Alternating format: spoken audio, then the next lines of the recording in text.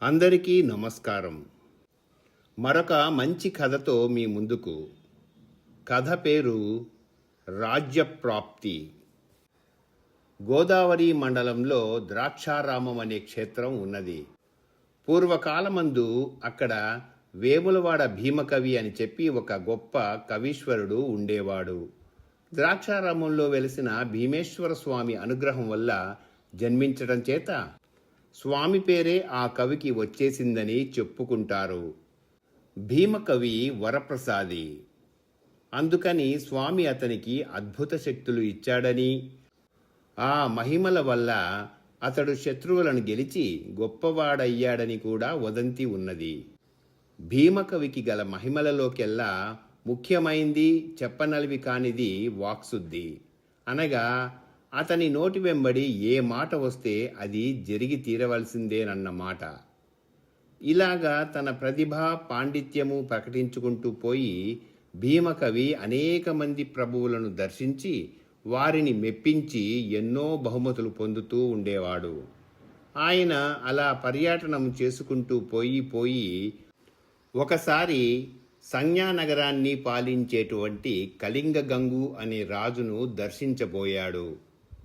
ఫలానా వేములవాడ భీమకవి ఏలిన వారి దర్శనార్థం వచ్చి ఉన్నాడు, ఏమిటి అనుజ్ఞ అని వర్తమానం పంపించాడు. మరి కొద్దిసేపటికి నౌకర్లు వచ్చి, రాజావారికి ఇప్పుడు పని సందడి ఎక్కువగా ఉన్నది కనుక దర్శనమివ్వడానికి వీలు లేదు అని బదులు తెచ్చారు. ఈ జవాబు వినగానే భీమకవి చర్రమన్నాడు. అసలే ఆయన తిక్కవాడు, ముంగోపిన్ను. అటువంటప్పుడు ఈ మోస్తరుగా జవాబు చెబితే ఆయనకు ఎంత కోపం వస్తుందో చెప్పేదేమిటి? ఈ రాజెంత, ఈతని బ్రతుకెంత, నా వంటి వాడు వస్తే దర్శనమివ్వటానికే తీరిక లేకపోయిందా? ఎందుకులే పాపం, ఈ సందడంతా కొద్ది కాలంలోనే తగ్గిపోతుందని చెప్పు అని అంటూ శపించి వెళ్ళిపోయాడు. భీమకవి వెళ్ళిపోయిన మరికొద్ది కాలానికే కళింగగంగు రాజ్యం అరాచకం కాజొచ్చింది. అతని మంత్రులు కుట్రలు పన్నారు, ఉద్యోగస్తులు లంచాలు మరిగారు, సేనాధిపతులందరూ ద్రోహం తలిచారు. ఇన్నింటికీ తోడు అతని అజాగ్రత్త ఎక్కువైంది. స్థితి ఇలా ఉంటే శత్రురాజుకు ఎంత లోకువా? ఇతని గుట్టుమట్టులన్నీ తెలుసుకొని ఉన్న శత్రురాజు అదను చూచి దండెత్తి కళింగగంగును అతి సులువుగా ఓడించి రాజ్యం ఆక్రమించేసుకున్నాడు. ఇంక ఇప్పుడు గంగు చేయగలిగినది ఏమున్నది? తన భార్యా బిడ్డలను అత్తవారింట దిగబెట్టి బ్రతికి ఉంటే బలుసాకు అన్నట్టుగా తలదాచుకోవడానికని ఎక్కడికో పారిపోయాడు. ఈ మట్టున కంటబడితే శత్రురాజు తనని వెతికి పట్టుకోవచ్చుననే భయంతో వేషం కూడా మార్చి మారుపేరు పెట్టుకొని అజ్ఞాతంగా మసలజొచ్చాడు. అతడు అనుకున్నట్టుగానే శత్రురాజు చారులను పంపి కళింగగంగు కోసం వెతికించాడు. ఎన్నాళ్లకు కూడా జాడా జవాబు తెలియకపోయేసరికి ఇంక ఏమిటి, ఈ పాటికి వాడు ఎక్కడో చచ్చే ఉంటాడు, ఇక మనకు పర్వాలేదులే అని తలచి గుండె మీద చెయ్యి వేసుకుని హాయిగా నిద్రపోసాగాడు. ఇక్కడ పాపం కళింగగంగు ఏ సత్రంలోనో ఇన్ని మెతుకులు తింటూ కనబడిన మఠంలో కునుకు తీస్తూ కాలం సాగినంత వరకు తిరుగుతూ రోజొక యుగంగా గడుపుతూ ఉన్నాడు. ఒకనాటి రాత్రి అతడు ఒక పట్టణం చేరుకొని అక్కడ సత్రానికి పోతూ ఉండగా అప్పుడే వర్షం కురవడం చేత కళింగగంగు కాలు జారి ఒక గోతిలో పడ్డాడు. గోతిలో పడిన కళింగగంగు ఒక పెద్ద నిట్టూర్పు విడిచి, అయ్యో దైవమా, అంతటి రాజ్యం ఏలిన సార్వభౌముడికి కాలి దివిటి అయినా లేకపోయేగదా అని నిస్పృహతో గట్టిగా పలికి గోతిలో నుంచి మెల్లగా యువతలికి వచ్చాడు.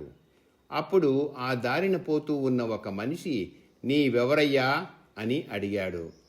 అందుకు గంగు, నేనా, వేములవాడ భీమకవి చేసిన జోగిని అని జవాబు చెప్పాడు. వెంటనే ఇతడు ఫలానా అని గ్రహించి, ఓయి కళింగగంగు, నీవు చెప్పిన ఆ వేములవాడ భీమకవిని నేనే.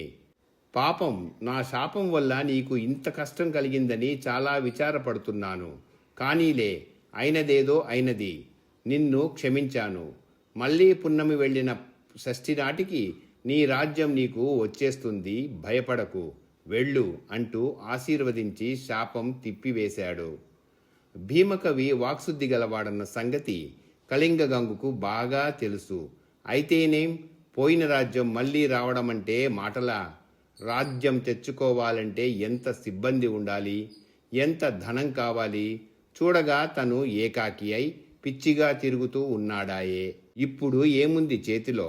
ఏనుగుల, గుర్రాల, సేనల, ఆయుధాల, ఏ బలము లేకుండా ఎలా రాజ్యం సంపాదించడం? వట్టి చేతిలో కూర్చుని ఉన్నవాడికి జయమెట్లా కలుగుతుంది? ఇది కేవలం అసాధ్యం. ఏదో మాట వరుసకు నన్ను ఊరడించడానికి భీమకవి ఇలా దీవించి ఉంటాడు, కానీ నాకేమిటి, మళ్ళీ రాజ్యం రావటం ఏమిటి అని మనసులో అనుకున్నాడు కళింగ గంగు. ఈ నిస్పృహతో మామూలుగా ఊరూరా సంచారం చేస్తూ మళ్ళీ పున్నమి వచ్చేసరికి సజ్జానగరం సమీపంలో ఉండే ఒక గ్రామం చేరుకున్నాడు. కళింగ గంగు చేరుకున్న ఆ గ్రామంలో ఒక చెట్టు కింద ఒక చిత్రం జరుగుతూ ఉంది. అది ఏమిటంటే, నాటకాలు వేసే ఒక జట్టు వాళ్ళు అక్కడ కూడి ఉన్నారు. వాహ్ వాహ్, అంతా బాగానే ఉంది. అందరూ అమిరిపోయారు. రాజు వేషగాడు ఒక్కడు దొరికితే మన అదృష్టం పండిపోను గదరా అంటున్నాడు ఆ జట్టుకు చెందిన నాయకుడు. ఈ మాట విని కళింగ గంగు, ఏమిటయ్యా, ఏమి నాటకం వేస్తున్నారు? ఏ రాజు వేషం వేయాలి అంటూ ఆత్రంతో ప్రశ్నించాడు. అందుకు ఆ జట్టు నాయకుడు, అయ్యా, ఇప్పుడు సజ్జానగరాన్ని ఏలుతున్న రాజావారు పూర్వం రాజుగా ఉండిన కళింగ గంగు పొందిన కష్టాలను, పరాభవాలను, మా రాజావారికి కలిగిన విజయాలను చక్కగా వర్ణించి ఉన్నాడు కవీశ్వరుడు. ఈ నాటకం రక్తిగా ఆడిన పక్షమందు 1116 బహుమానంతో సత్కరిస్తామన్నారు ప్రభువులు. మాకు అందరూ కుదిరినారు, కానీ కళింగ గంగు రాజు వేషగాడు మాత్రం కుదరలేదు.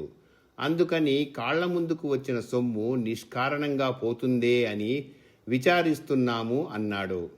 అప్పుడు కళింగ గంగు, మీరేమీ విచారించకండి, నాకు ఆటాపాట బాగా వచ్చు, కాబట్టి రాజు వేషం నేను వేస్తాను. అయితే నేను సరదా కోసం వేస్తున్నానే గాని డబ్బు కోసం కాదు. మీరు నాకు ఒక్క దమ్మిడి కూడా ఇవ్వవక్కరలేదు. రాజావారు ఇచ్చే బహుమానాలన్నీ మీరే పుచ్చుకోండి అని చెప్పాడు. ఈ మాటలు విని ఆ జట్టు నాయకుడు అపరిమితానంద భరితుడయ్యాడు. తలవని తలంపుగా రాజువేషగాడు అమరిపోవటం, పైగా అతడు ఎంత మాత్రము ద్రవ్యాపేక్ష లేనివాడుగా ఉండటం నిజంగా ఎంత అదృష్టం! కానీ ఒక్క షరతున్నది. రాజు ఎక్కే గుర్రము, రాజు పట్టే ఖడ్గము నాకు కావాలి. అవి ఉంటే గాని నాటకం రక్తిగట్టదు. అలా అయితేనే నేను వేషం వేస్తాను అన్నాడు కళింగ గంగు. అందుకు నాయకుడు, ఆ సంగతి మాకు మాత్రం తెలియదా? అవి తీసుకువచ్చి సిద్ధంగానే ఉంచాము అని వెంటనే బదులు చెప్పాడు. అప్పుడు గంగు నాయకుని వద్ద రాజవేషగాడుగా వల్లించవలసిన కీర్తనలు, దరువులు, పద్యాలు రాసుకుపోయి మరునాటికల్లా ఒప్పగించి వేశాడు. డబ్బు ఖర్చు అక్కర లేకుండా ఇటువంటి తెలివైన వేషగాడు కుదిరినందుకు నాయకుడు ఎంతో సంతోషించాడు. పంచమి రోజున నాటకం ప్రదర్శించడానికి ఏర్పాట్లు జరిగినాయి. రాజుగారి కోటలో ఆకాశమంత పందిళ్లు వేయించారు. వేల కొద్ది కాగడాలు వెలిగించారు. వెండిపిడి విసనకర్రలు పుచ్చుకొని ఇరుపక్కలా 2 స్త్రీలు విసురుతుండగా ప్రభువువారు ఒక పెద్ద సింహాసనం మీద కూర్చొని కర్పూర తాంబూలం నములుతూ సంతోషంతో నాటకం చిత్తగిస్తూ ఉన్నారు. నాటకం ప్రారంభమైంది. చాలా వరకు కథ నడిచింది. మరికొంచెం సేపట్లో కత్తి చేతబట్టిన రాజవేషధారి గుర్రం ఎక్కి రంగం మీదకు టకటకామంటూ వచ్చేసరికి ఇది వేషమా, నిజంగా కళింగ గంగు తిరిగే వచ్చాడా అని సభలో అందరూ ఆశ్చర్యపోసాగారు. అచ్చం కళింగ గంగులాగే ఉన్న ఆ విగ్రహం చూసి రాజు కూడా మొదట కలవరపడ్డాడు. కానీ కొంచెం స్థిమితం మీద అది వేషమే తప్ప అసలు కళింగ గంగు అయి ఉండడని నిశ్చయించుకొని నిశ్చింతగా కాలు మీద కాలు వేసుకొని వేడుక చూస్తూ ఉన్నాడు. కొంతసేపు కలాపమంతా రక్తిగా వినిపించాడు కళింగ గంగు. చివరకు యుద్ధఘట్టం వచ్చేసరికి అతనిలో తీవ్రమైన పౌరుషము, ఉద్రేకము చెలరేగినాయి.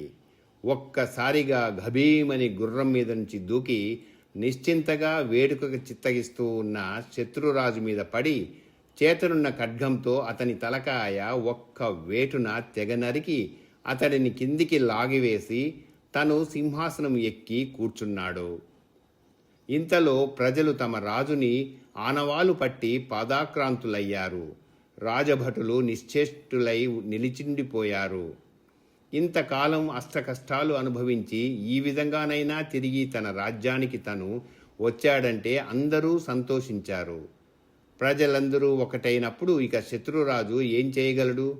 అతనిని అతని సైన్యాన్ని నిమిషంలో అవతలికి పారద్రోలి మరునాడే అనగా షష్ఠినాడే కళింగ గంగు మహారాజుకు సంజ్ఞానగర ప్రజలు మళ్లీ పట్టం గట్టారు. కళింగ గంగు అప్పుడు మరి ఒకసారి భీమకవి వాక్శుద్ధిలో గల మహిమను గుర్తించి మెచ్చుకున్నాడు.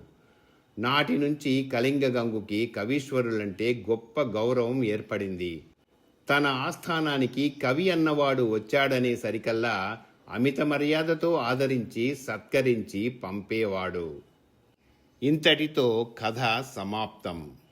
ఈ కథ మీకు నచ్చినట్లయితే లైక్ చేయండి, కామెంట్ చేయండి, తప్పకుండా షేర్ చేయండి, మరచిపోకుండా సబ్స్క్రైబ్ చేయండి. అందరికీ ధన్యవాదాలు. ఇక సెలవు.